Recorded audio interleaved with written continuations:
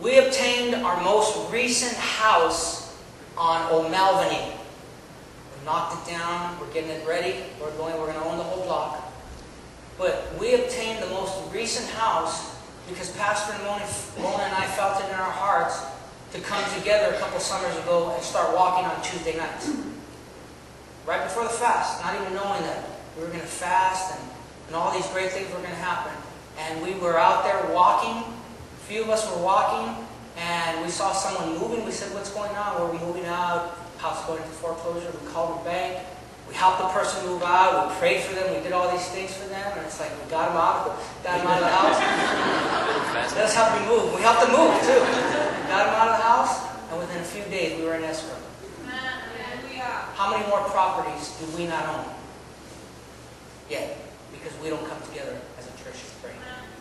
I know how long I've been preaching, and I'm making an executive decision right now to finish my preaching. Amen. Paul and Peter both command us, the church, to pray together. I want you to just write these scriptures down. Ephesians chapter 6, verse 18. 1 Peter chapter 4, verse 7. Ephesians 6:18. 1 Peter 4 and 17. I want you to go with me to Isaiah chapter 56. And I get to do this 3 times today, so you pray for me, because I haven't preached since my mom's funeral. And before that, I hadn't preached since the first week of July. The Lord gave me a little time off, but it's back on the saddle. Can you say amen? Amen. Isaiah chapter 56, verse 4. This is what the Lord says to the eunuchs. How many of you know what a eunuch is? A eunuch, usually African slaves, were taken and they were cut in their private area. Their manhood was taken away from them, so that they could now be guards for the princesses, the harems, and they would have no desire for the women. So the king and all the other guards trusted them because they had no desire for women anymore. And so these were eunuchs. They had been incapacitated. Are you with me this morning? And so the Lord specifically, I want you to understand what the Lord is saying. Listen, anyone that was cut like that was considered unclean. And they would have to yell what was wrong with them before they came into the rest of the body. That's religion. They had to come in and say, "I'm unclean, this was done to me, and so I'm going to walk through." And they weren't allowed to participate with everybody else. They were outsiders. They were outcasts. Are you with me this morning? How many of you have been cut? How many of you have been hurt?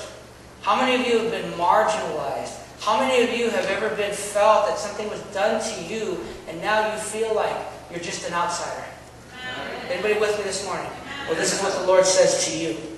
Or this is what the Lord says to the eunuchs who keep my Sabbaths, who choose what pleases me and hold fast to my covenant. To them I will give within my temple and its walls a memorial and a name better than sons and daughters. They couldn't have children, these men, but the Lord said, "I'm going to give you something that's even better than sons and daughters. I will give them an everlasting name that will not be cut off." Because it was important to have children to carry on the name. But the Lord says, "You know what? I'll carry on your name if you keep my Sabbath and you honor the pact that we've come into." And foreigners who bind themselves to the Lord to serve Him, to love the name of the Lord and to worship them, all who keep the Sabbath without desecrating it, and all who hold fast to my covenant, these I will bring to my holy mountain and give them joy in my house of prayer. Everybody say, house of prayer. House of prayer. Their burnt offerings and sacrifices will be accepted on my altar, for my house will be called a house of what? Prayer. For all nations. Now I want you to go with me to Mark chapter 11. Still with me this morning? Amen.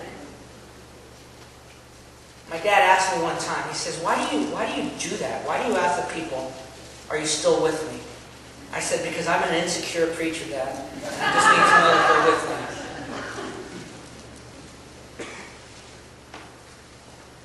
And this insecure preacher preached to you what God has put in his heart. Amen. And he taught them and said, "Is it not written, my house will be called a house of prayer for all nations?